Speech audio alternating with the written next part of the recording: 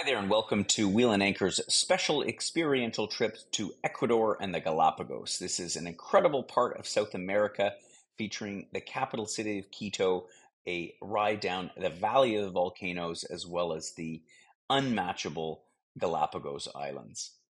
Before I get into the main body of the webinar, let me say a couple of words about what our community at Wheel and Anchor is all about. We are a collection of members from all across Canada. We share a like-minded view in the way that we like to travel, the way that we relate to each other, and how we respect other cultures, traditions, and the people that we meet along the way. And this is what makes the community dynamic, the culture that we have at Wheel and Anchor so different and unique. And what our goal is for all of our members of Wheel and Anchor is that each and every person has the opportunity to become well-traveled and well-connected. And when we say well-traveled, we talk more about just having been to places, but rather having cultivated a deeper understanding of what those places represent, how the people live and think and interact with each other. And in the course of all of that, we invariably become connected to the world around us, as well as to the fellow members who we enjoy traveling with. And I'm pleased to introduce the team of people who put all of these incredible adventures together.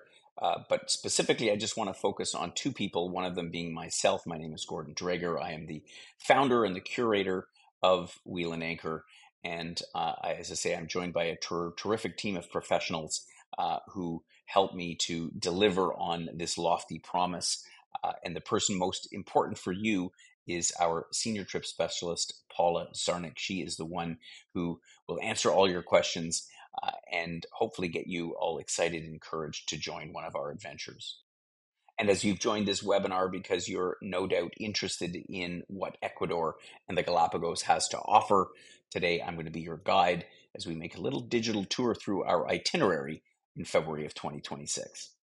As always, I'll start off with a geographical overview of our trip, which begins in the capital of Quito, high up in the Andean Mountains. And we'll spend the first days there exploring the city as well as some of its incredible environs before making our way down the Valley of the Volcanoes, all the way down to the southern part of Ecuador, crossing over then the Andes, arriving at Guayaquil, one of the largest cities and major commercial hubs of the country. From there, we fly directly over out into the Pacific Ocean to the Galapagos Islands, where we embark our private yacht for a 7-day adventure, visiting numerous islands, going on shore and going into the water to see all of the incredible wildlife that is there in the Galapagos before flying from there via Guayaquil back home to Canada.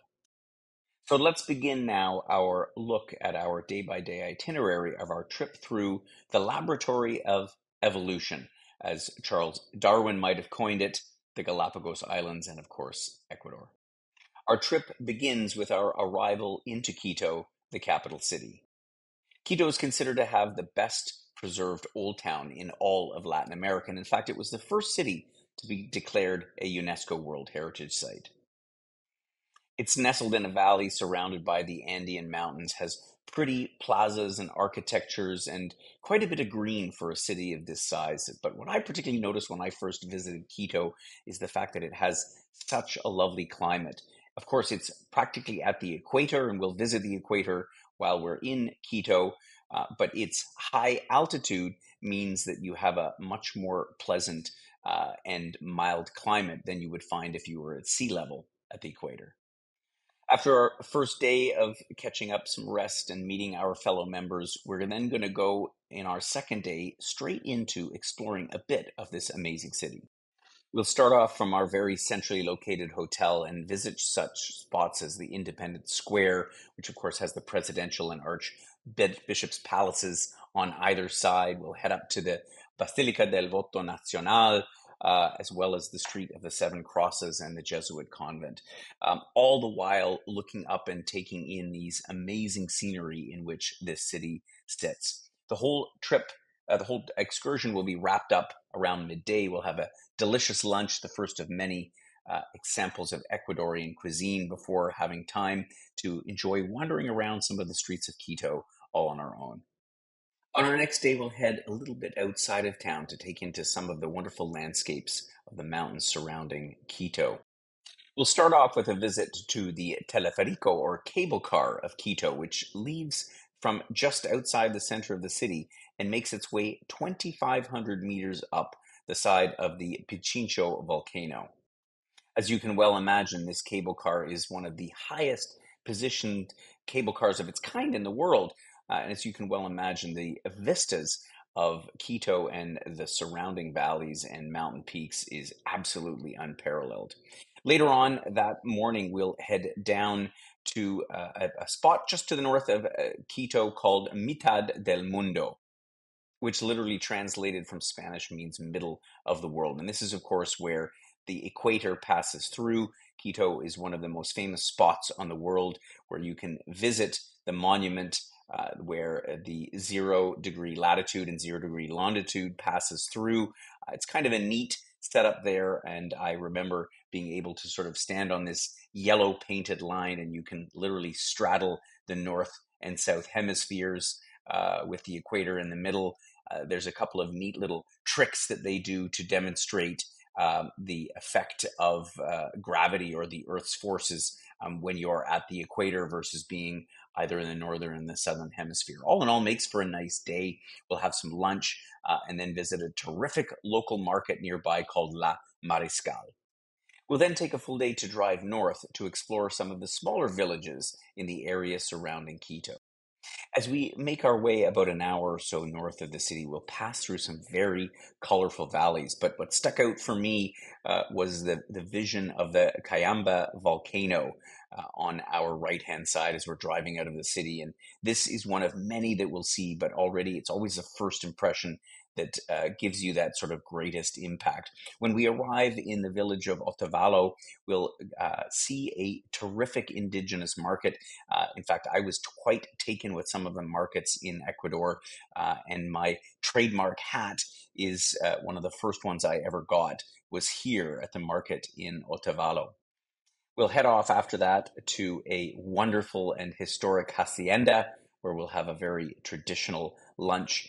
And later on in the afternoon, we'll head over to another town called Peguche, where we'll get to visit a spot where they still undertake traditional weaving using looms. And we'll also get treated to a little bit of the Andean wind instruments that this area is known for. So lots more to see, lots more to shop as well on this exciting day outside of Quito. We're going to pack up our stuff in Quito and make our way south down the country's famous Avenue of the Volcanoes. The first most impressive sight amongst a series of volcanoes that we will pass by over the next couple of days will be Cotopaxi. This is a very distinctive volcano. You can see a shot of it here in the picture. It's about 5,900 meters in elevation, snow-capped pretty much always, and is a very dramatic and beautiful sight. Heading south from there, we'll pass through some very colorful and lush villages. And when you think that we're going to be traveling along this route that is, for the most part, well over 2,000 meters above sea level, it's quite lush vegetation. Again, when you consider the latitude that we're at, we're going to get to a little town called Baños and make a side trip along another route, this time the route of the waterfalls, heading to Payon del Diablo, which is the Devil's Cauldron. And this waterfall is really quite spectacular. As we approach it, there's a suspended bridge, and the water literally gushes down in like a column in and amongst these sort of rocky outcrops. It's quite a dramatic spot. We'll then head back into Baños, where I have a little bit of a tour of this town amongst the beautiful surroundings. And then our final site for the day will be the highest mountain and volcano in Ecuador, the Chimborazo volcano at just over 6,000 meters above sea level.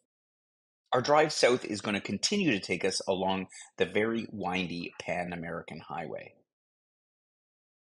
And we're in for a bit of a treat because the landscape changes once again. First of all, hitting the Palmyra sand dunes, which is quite a bizarre feature that you wouldn't otherwise anticipate in this landscape, because it's a rolling expanse of fine golden sand, much like you'd find in the Sahara Desert, for example. It's a very cool location. We'll stop there. We'll then continue on, have a bite to eat, and end up at the Incan archaeological site known as Ingapirca, which is one of the largest constructions in the whole Incan realm, stretching between Quito and Cusco. So Machu Picchu, of course, the most famous of the Incan constructions, is well over 1,000 kilometers to the south. And we'll visit here the Solar Temple, which has a museum with a number of fascinating Incan artifacts that were collected from the archaeological sites in this area. So this morning we'll enjoy a relaxing breakfast in our hotel in Cuenca, knowing that we don't have to venture too far afield today. This is one of the most beautiful colonial cities in all of Ecuador, and is also a UNESCO World Heritage Site, much as the old town in Quito. And one of the reasons it's so beautiful is that it has been fortunate not to have been hit by any major quakes in the whole Ecuadorian Andes area.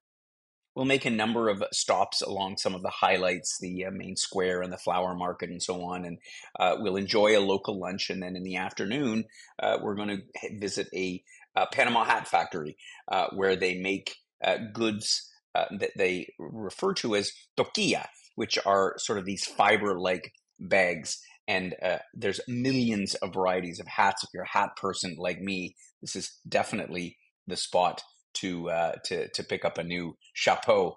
By the end of the day, we'll be ending up at the Turi viewpoint, which will give us a view overlooking the whole city, again with the Andes in the backdrop. Quite amazing. We then set off in the morning towards Guayaquil, and so we're going to be traveling from high up in the mountains down to sea level over the course of the day. The drive is going to take us through El Cajas National Park. This is quite a famous, at least locally famous, reserve that has over 200 lagoons in it. One of the most notable being La Toreadora, which has all kinds of bird species and quite unique plants like the polylepis trees.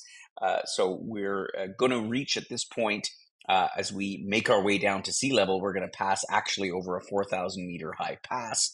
And so we'll really see, again, the different climactic zones from the high Andean mountains down to the more, tropical and lush vegetation and landscapes that you find as we approach Guayaquil at the end of the day.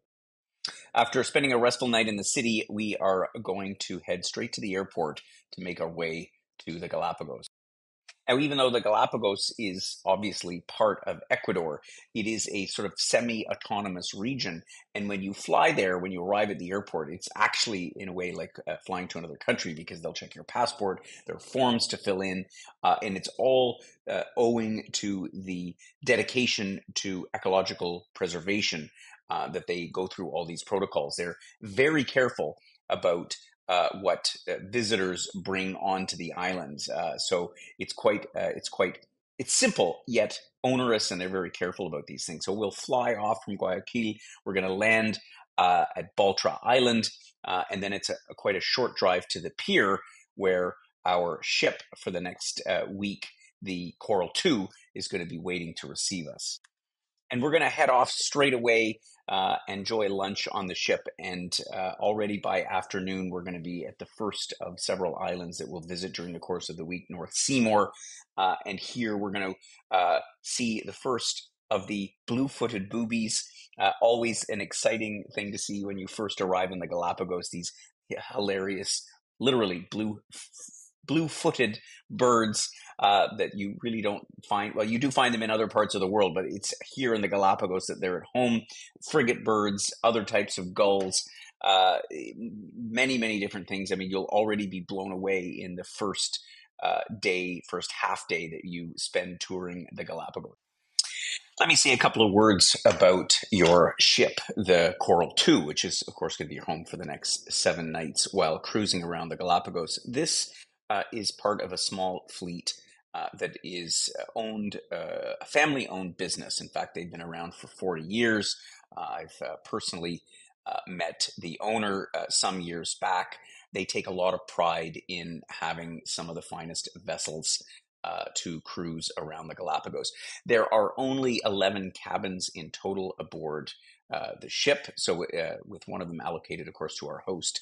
That means 10 cabins, which means a maximum of 20 wheel and anchor guests would be joining us on this sailing. So it makes for a very intimate experience. The ship itself has some great amenities. You'll find lots of space, both indoor and outdoor.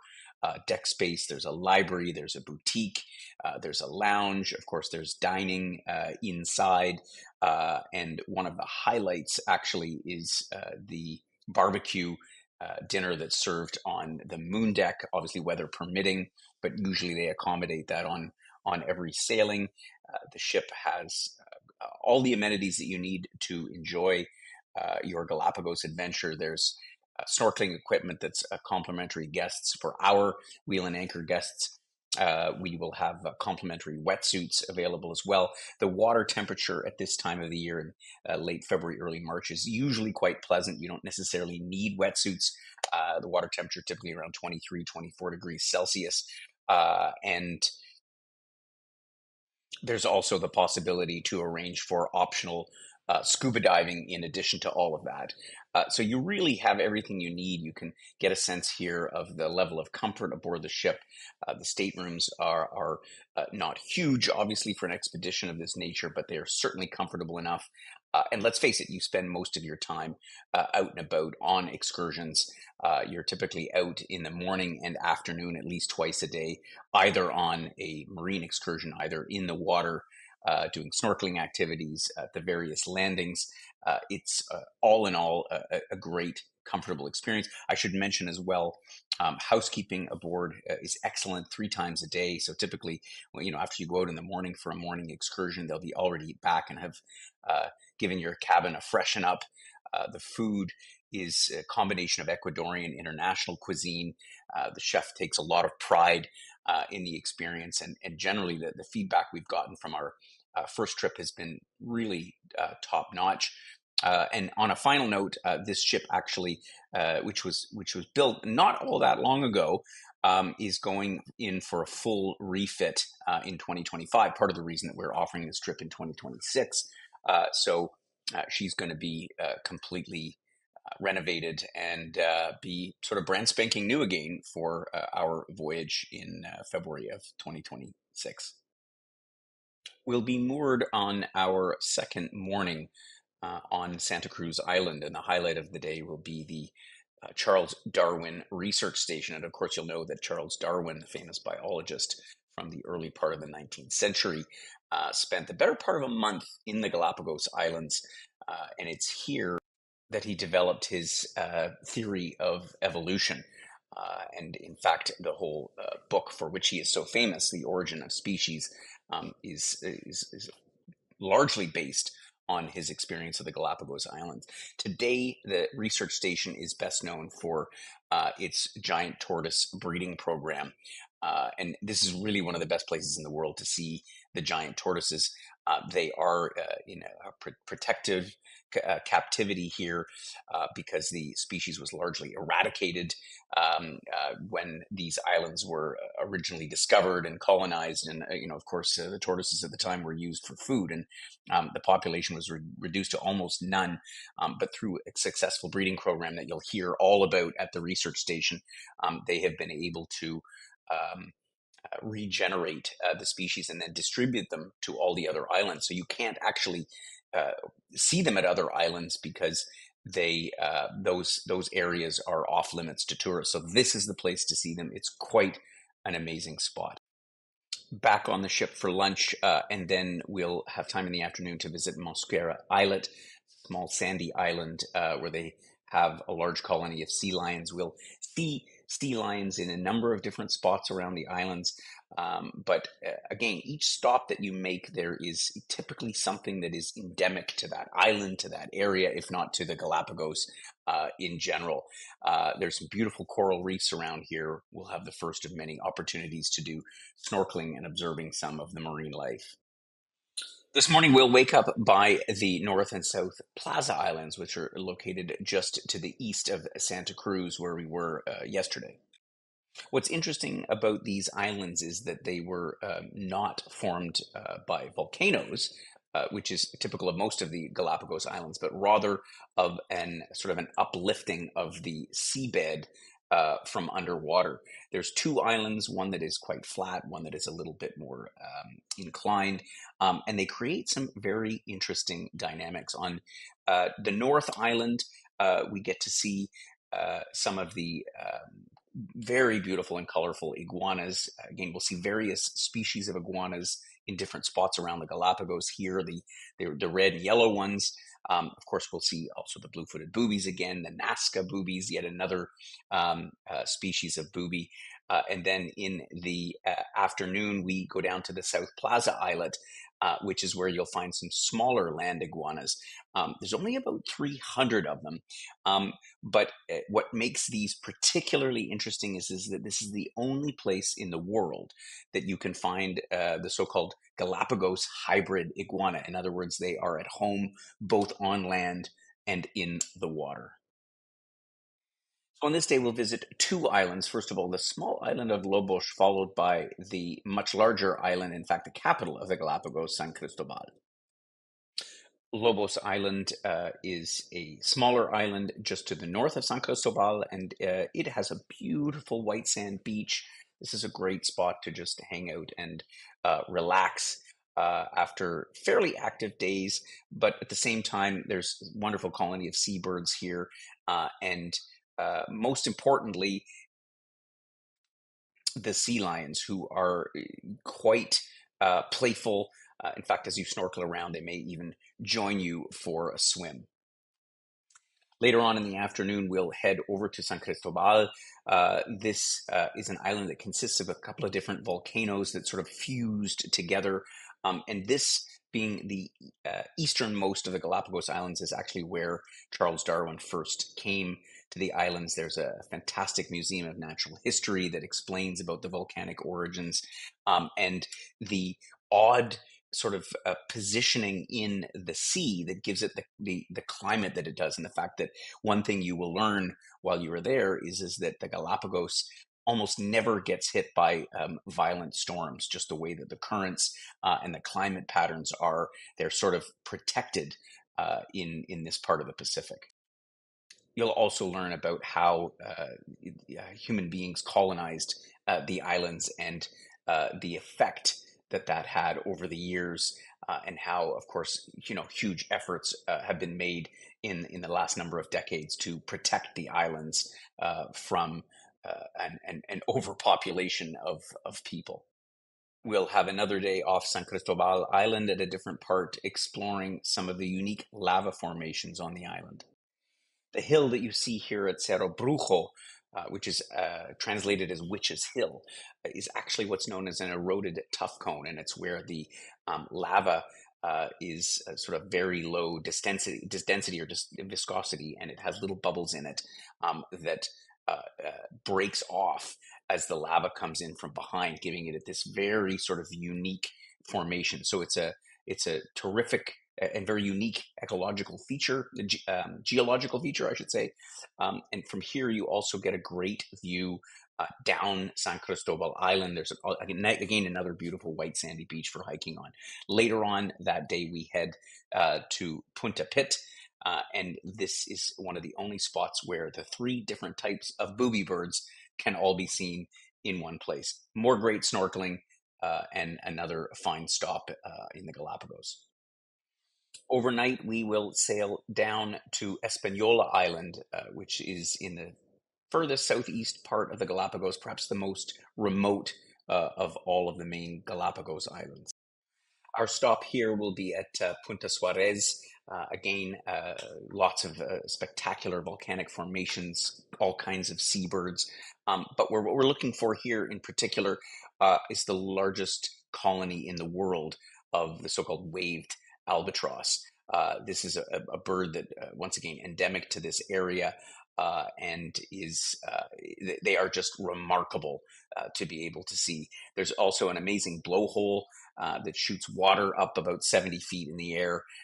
And once again, we'll have some lovely some lovely snorkeling at a spot called Gardner Bay that has a bunch of marine life, angelfish, creole fish, even some reef sharks that, contrary to what you might think, are quite harmless to swim around. During the evening, we sail back to the west, our destination being Floriana Island. And here we'll disembark and do a little hike today. This time we're going to go through some black mangroves to a lagoon consisting of brackish water that has wonderful and abundant populations of flamingos. In fact, the largest population of flamingos in the whole Galapagos Islands. We continue along and we'll find another beautiful sandy beach, which is where we'll see some giant sea turtles. Later on that afternoon, we're going to visit an old post office, which was sort of informally a post office back in the end of the 18th century for sailors that were passing through the area.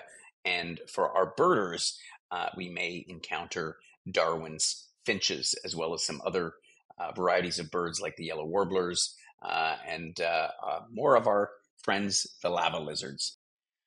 And finally, by this point, we'll have spent already a week aboard our beautiful ship, visiting a great number of the islands, and we will arrive back to our starting point on Baltra Island. Before we fly out, though, we'll have one more excursion driving up to El Chato, where we'll see a vast variety of birds.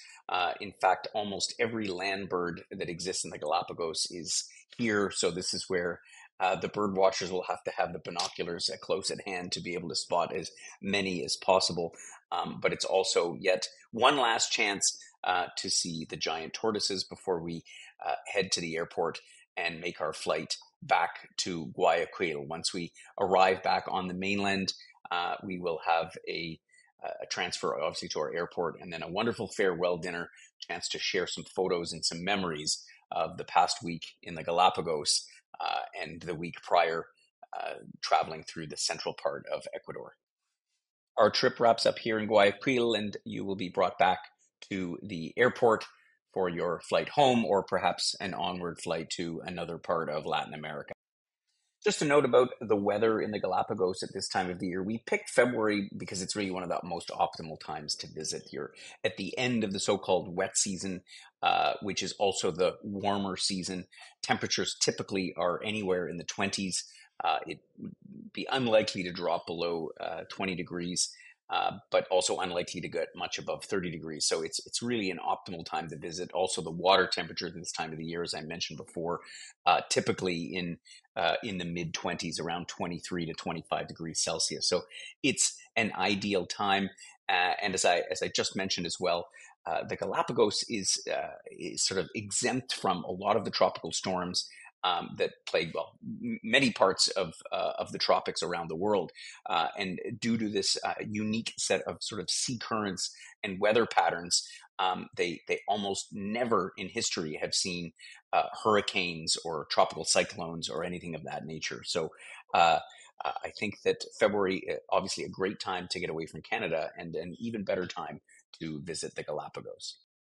Now, as usual, all of the details on the pricing and inclusions on our trip are located within our trip itinerary. So if you haven't already reviewed that document, or if you haven't received a copy, you can download it from our website or request a copy from our office. But I'll just cover off the highlights of the pricing and inclusions of this trip.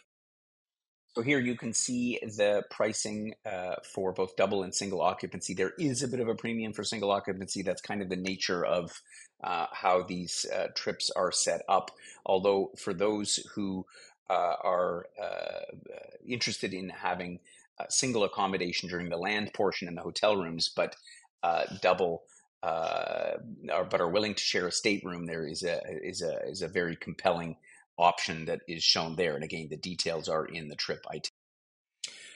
As for the inclusions, of course, as with any of our trips, the vast majority of costs are built into the price, and that includes your flights to and from the Galapagos Islands, and all the taxes, all of the accommodation, both on land as well as on the ship, guides throughout, and of course, the services of your wheel and anchor host are all part of the program.